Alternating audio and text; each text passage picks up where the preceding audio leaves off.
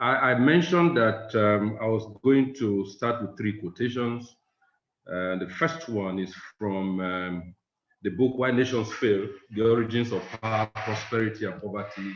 The authors are Daron Acemoglu and James Robinson. This book talks about the town of Nogales, a town, border town between Mexico and the United States. I'll just go straight to the quotation so I don't waste too much time. The town of Nogales is divided by a fence. On the north side is the United States, and on the south side, Mexico. The inhabitants of the north side face lower crime rates, live longer, and earn 3 times as much as their southern neighbors. Now, 2 places which share an ethnic background, a geographical location and climate could be so different. It reveals that to prosper, citizens need inclusive institutions which create virtuous circles of innovation, economic expansion, and more widely heard wealth. That's, like I said, from the book, Why Nations Fail, The Origins of Power, Prosperity, and Poverty. The second quotation I'll take from Edward Calon. Edward Calon was with us recently in Benin City. He is the United Nations Resident Humanitarian Coordinator. And he said there can be no development without strong institutions. The third I will take from Mr. Governor himself. Here he gives an idea about why he's doing what he's doing in the public service. He says the civil service is the bureaucracy that is responsible for making government function. Accordingly, we aim to re-energize, retool, and reskill the civil service, and it has a critical role to play in reforming those states. That is our Governor Obaseki. In my opinion, this comment, especially as it has to do with reskilling the civil service, is consistent with Plato's reasoning in his book, Republic, in his work, The Republic, where he opined that if a state must work to deliver the goods to its citizens and maintain harmony, it must be strongly fortified by a cadre of managers and experts who know what they are doing. We are in the test slide already. Ernest, please move with us. Okay. Okay, sorry about that. The slide before this one. Now, in the next slide, I'm just going to talk about the inauguration speech, the one before this one. The one before this one.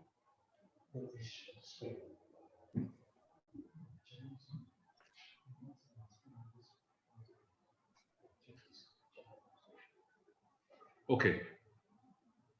Okay, yes, thank you very much. I'm sorry for the slight hitch. Yeah, this slide talks about the comment Mr. Governor made during his inauguration for a second term. But the story didn't begin here. If you watched what happened before the election or through to the election proper, you will find that a lot of issues arose, a lot of things happened. First, the passion and the desire that people showed in ensuring that the governor returned to power. I personally saw a lot of people who went to the centers where they voted. Some of them couldn't walk, but their children had to carry them to the voting centers to vote, showing very clearly the desire to ensure that they cast their vote, especially to ensure that Mr. Governor returned to power. During his inauguration, Mr. Governor identified the civil public service, the civil and public service as the fulcrum of development, a veritable instrument of delivery of good governance to the people. He also identified the need to strengthen the public service so that it can effectively play that role. In fact, Mr. Governor tells us very frequently that the public service is the engine of government, and he gives the aphorism that if you have a car with a good engine, you can take it anywhere. It will take you anywhere without creating any problem for you. But if you have a vehicle that does not have a very good engine, you will have problems when it comes to moving you anywhere it is moving you to. And the same thing with government. For him, the civil service, the public service is that engine of government. And so if you have an effective public service, you're going to have an effective government. In the next slide, I will just examine some literature about what the state of the public service was before Mr. Governor came on board. Dr. Tunji Olaopa, a retired federal permanent secretary, captured the state of the public service in Nigeria and the challenges confronting it bluntly in his article titled Reforming the Nigerian Civil Service, Tunji Olaopa's Struggles, Pains, and Triumphs. It was published on Tuesday, 22nd December 2015. He said, the first brutal fact I confronted when I joined the civil service was its complex operational frameworks and unfortunately its pathology. I came in when the Nigerian civil service had already imbibed to the fullest possible extent the disenabling bureaucratic culture. And then they went on to say the complex dynamics had begun to overwhelm our own system. And that the system itself was not prepared for the challenge of change. I'm just paraphrasing. It went further. The bureaucratic complacency became entrenched and the official procedures became multiplied to the extent that by the mid-70s, the service had already gotten what they called a bad name. I will also quote Okenene, one Victor Okenene. As a matter of fact, Victor Okenene is with us here in the Directorate of Establishment and Training. He's an author. In his book, Communication and the Rudiments of the Public Service, he put it very clearly what the civil service was like at the time. The red tape of one time or the other, the clerk painting our fingers while people wait impatiently on the long queue, the official who complicates a simple matter of getting a license because he wants a bribe, moving from one office to another, trying to track a file. The annoying list is endless. He tried to paint a picture of what the situation was, at that time. For the veteran journalist Peter Inahoro, the civil servants are trapped within their own institution in a compromise between incivility and servitude. The civil servant is underpaid, which makes his service equivalent to servitude. On the other hand, the civil servant takes a razor-sharp tongue to work with him and will snap like the jaws of a crocodile at the least provocation. Thus, while he is not civil, he is a servant. That is a rare compromise. Of course, you couldn't blame the civil servant because at that time he was working under very serious constraints. At a point, I can tell you this: when I was in the Ministry of Justice before 2016, when I was appointed permanent secretary, a lot of things. There was nothing to work with. The light, you couldn't have light to work. You had to photocopy, even do photocopying outside of the office. It was so bad that, of course, all these things made the civil servant, very, very, very angry even when doing his work. The next slide, we're just going to look at data. First, we'll look at what the composition of the civil service, public service. How many do we have in the civil service? How many people do we have? In the core civil service, we have 4,236 persons, civil servants. At the moment, of course, that changes with time because people are retiring, people are dying. And then on the whole, there are 33,417 in the entire public service.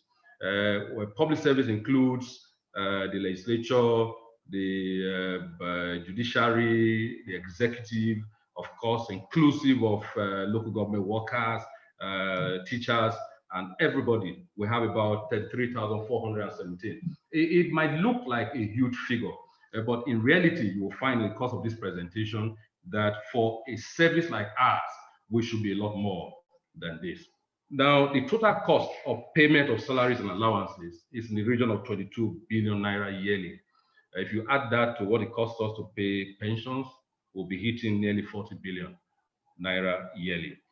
In terms of age profile, our service, the public service, is an aging service. It's predominated by people over 45 years of age. As a matter of fact, the average age of the civil service is 45 years, which is very, very high. We have 94 MDAs. And then we're also looking at the data concerning how many people are retiring in the public service over the next 5 years. We're looking at this data because a lot depends on it in terms of planning, in terms of what we have done concerning bringing people on board in the public service. 1,189 persons are retired. People are retiring from the public service over the next 5 years. The next slide, please, next slide. Here we are looking at data in terms of the number of first-class persons we have, workers we have in the service. Right now, we have only 4. And this is important because it's not as if people have not been applying. Those, highly skilled people, have not been applying to join the service. Unfortunately, it is because the service has been rejecting them because of the way and manner employment issues have been handled over time. Right now, we have 4. And as you will see in the course of this presentation, government intends to bring in about 100 in the course of this employment cycle, which will be in batches.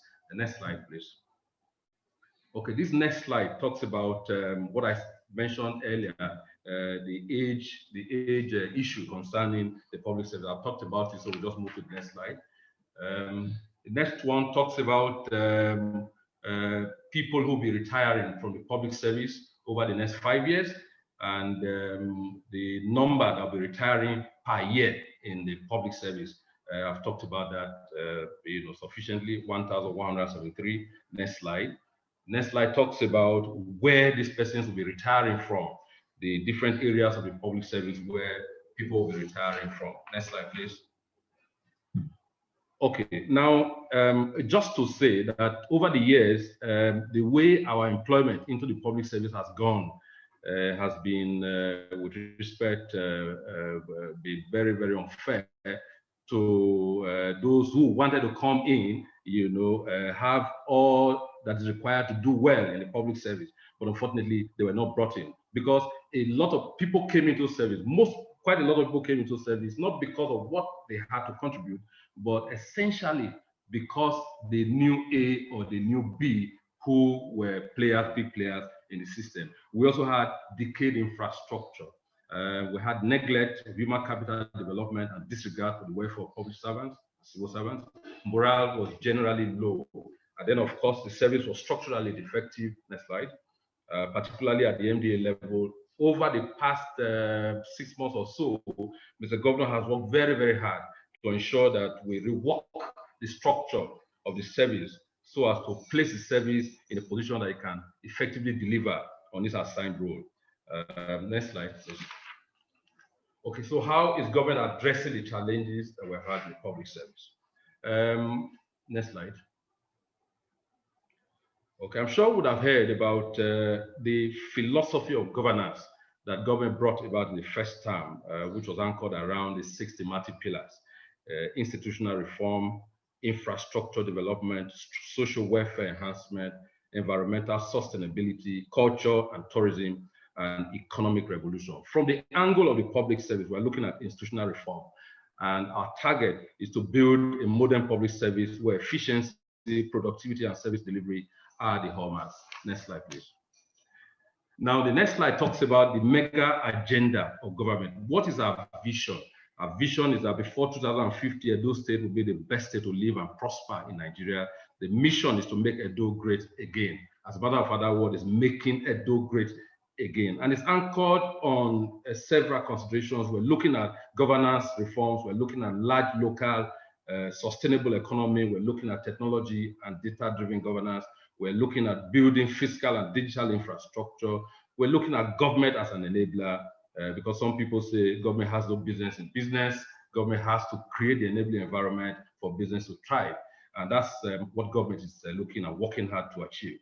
And then we're also looking at citizen-centric leadership that has the citizen as a center of focus for it.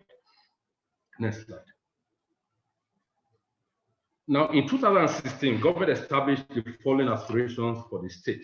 There were 3. First, to develop a modern and progressive state where every citizen is empowered with opportunities to live life in its fullest. Secondly, to make the state an economy hub and the #1 choice for investors, both foreign and local. Thirdly, to improve the ease of doing business in the state and be ranked #1 in Nigeria, both for startup businesses and existing businesses. I'm sure the third one is the one that really would engage our attention today.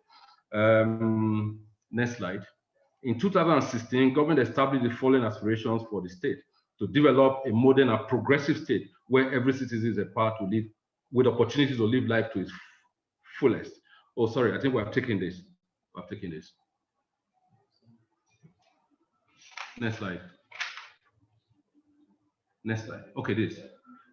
Here we put forward the Bonic platform that is the business case for the transformation that government has been doing. Now, in the course of the work we have been doing in the public service, we went around and we saw quite a lot of issues that we needed to attend to. For instance, on the issue of people and performance, we saw high levels of vacancies. We saw poor civil service culture. We saw poor staff demographics. We saw weak HR systems and database. We also saw, in terms of operational excellence, we saw weak organizational capabilities. We saw low-skilled employees in some disciplines. In terms of governance and accountability, we saw the need to improve leadership and managerial capabilities. And in terms of employee productivity and welfare, we saw low staff welfare, low staff productivity, inadequate work environment. In technology and systems, there was highly inadequate technologies and systems. And of course, being employer of choice, the system or the service was low in terms of attractiveness for top talent. So the need also to build overall civil service capacity. The objectives of the reform that we are doing are essentially 8. First, to create a robust and efficient organizational structure to address people and capacity requirements, to establish and enhance processes and systems for improved efficiency, to strengthen service delivery capacity, to enhance availability and use of technology in the service, to create and sustain a high performance culture, to ensure statutory compliance with relevant laws, and then to create a workplace that inspires and motivates. Next slide.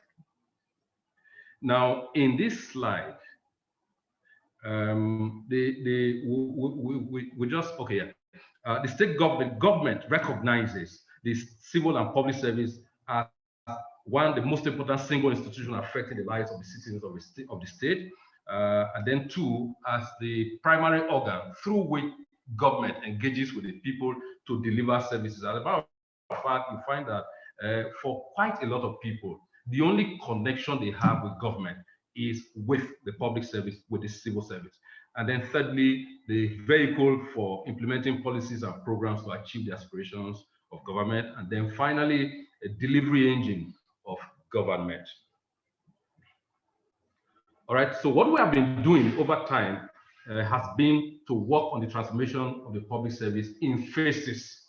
We have completed phases 1 and 2. In phase 1, we dealt with 2 MDAs, the Office of the Accountant General, which is a subset of Ministry of Finance. We dealt with the Ministry of Finance and the Office of the Accountant General. They were the 2 MDAs we dealt with in that first phase, which was the pilot phase. And there we also tried to develop performance management framework. And then in phase 2, we dealt with 21 ministries and departments and agencies of government. That's what MDA means. And so we also tried to see how much we can implement what we discovered, the initiatives in phase 1. And then in phase 3, we're in phase 3 now. We started that in January 2020 to date.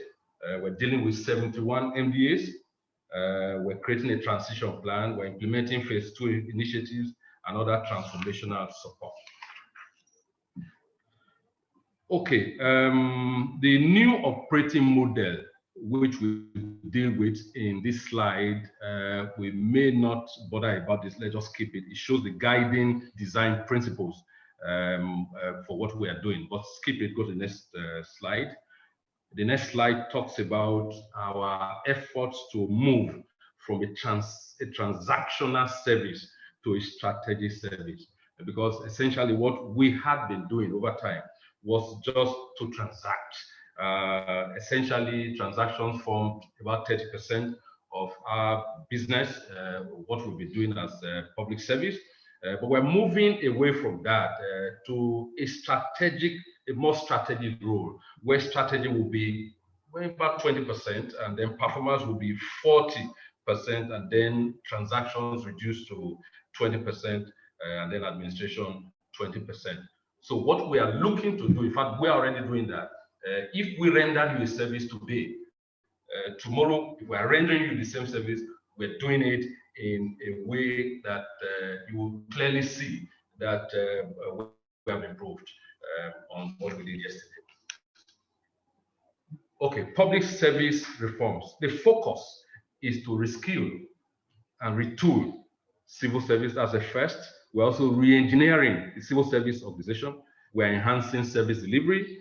We are bringing about inclusiveness, next slide please, inclusiveness and ownership, because we have found that a lot of our people in the public service do not really, or did not before now, really own some of the initiatives that have come on board in the public service before now. So what we are doing with this is to ensure that it is autonomous, it is homegrown, so that our people own it and drive the process of change in the public service. We're also trying to embed shared values and culture by developing a high-performance culture that encourages patriotism, moral values, ethos, and integrity. I'm sure you have heard a lot of civil servants say in the past that government work, you put it on the shoulder, as though when there's a problem and it's too heavy, you just push it aside. We're moving away from that to ensure that the civil service, the public service, it's one that civil servants and public servants own and take as their own, and it's attractive, So that's how we're working now. And then we're also having some initiatives, next slide please, that we're implementing going forward. Staff accounting, for instance, and verification exercise, we're doing that. We're trying to establish the 2021 MDA performance scorecard.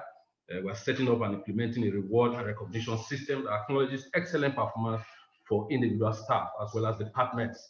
That has been a problem because morale has been pretty low. People who have excelled in the past have not been encouraged to do better. And there's been no reward and recognition system. And so we're also developing minimum standards for Edo State government office buildings, covering technology, health, safety, security, and welfare requirements. We're implementing in all buildings. We're developing strategies to optimize the use of staff and service delivery. We're filling critical vacancies in the civil and public service. I'll speak more about this later. Then we're supporting development and implementing annual business plans for MDAs to drive quarterly business performance reviews in Edo State government. Other planned initiatives, I don't think there will be need for me to go into all this.